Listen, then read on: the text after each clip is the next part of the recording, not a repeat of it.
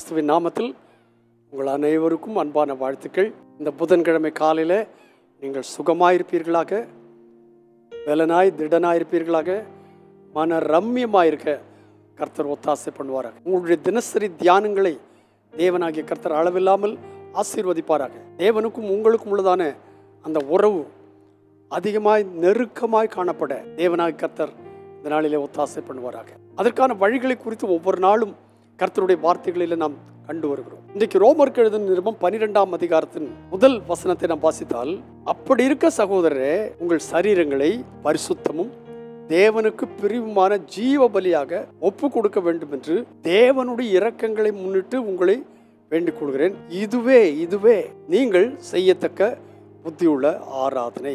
அந்த புத்தியுள்ள ஆராதனை செய்யும் போது நாம் எப்படி இருக்க வேண்டும் என்று சொல்லி அடுத்த வசனத்தில் சொல்லியிருக்கு. அதாவது, நீங்கள் இந்த பிரபஞ்சத்துக்குத்த வேஷம் தெரியாமல், கர்த்தருடைய வசனத்தில் சொல்லியிருக்கு, வேஷமாகவே மனுஷன் திரிகிறான், ஆஸ்தியை சம்பாதிக்கிறான், யார் அதை எடுத்துக்கொண்டு போவான் என்று அறியாது இருக்கிறான். நாம் எப்படி வாழ்கிறோம்? வேஷமாக வாழ்கிறோமா அல்லது கர்த்தருக்கு பிரியமான வாழ்க்கை வாழ்கிறோமா? இந்த பிரபஞ்சத்திற்கு ஒத்த வேஷம் தெரியாமல் தேவனுடைய நன்மையும் பிரியமும் பரிபூர்ணமான சித்தம் இன்னதென்று பகுத்தறியத்தக்கதாக உங்கள் மனம் புதிதாகிறதுனாலே மறுரூபமாகுங்கள். அப்போ நம்ம தேவனுடைய சன்னதத்தில் நாம் பலியாய் நம்மை ஒப்பு கொடுக்கும் பொழுது, நம்முடைய சரீரங்களை பலியாக ஒப்பு கொடுக்கும் போது, தேவனுக்கு பிரியமான ஆராதனையாய் அதை நாம் செலுத்தும் பொழுது கர்த்தர் நம்முடைய மனதை புதிதாக்குகிறார். நாம் யாரும் மதம் மாறிகள் அல்ல, மனம் மாறிகள். கர்த்தர் நம்முடைய மனதை புதுப்பிக்கிறார். அப்போ அப்படிப்பட்டதான ஒரு புதுமை தேவனாகி கர்த்தர்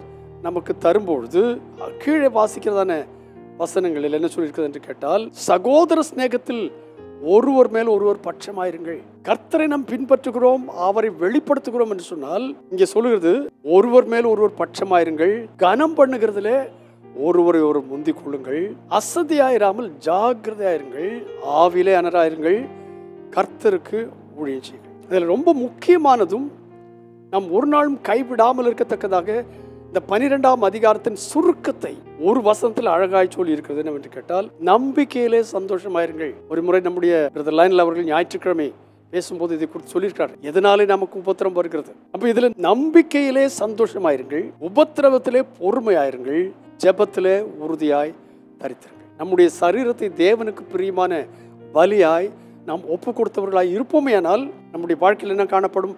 நம்முடைய நம்பிக்கை குறித்து சந்தோஷமாயிருப்போம். எதை கண்டும் கலங்கிட மாட்டோம்.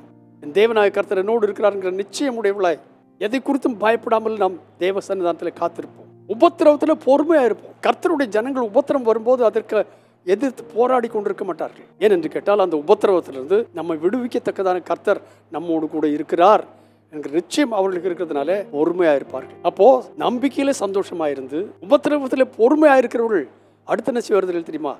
ஜெபத்திலே உறுதியாய் தரித்திருப்பார்கள். இவைகளெல்லாம் போகிற காரியம்தான்.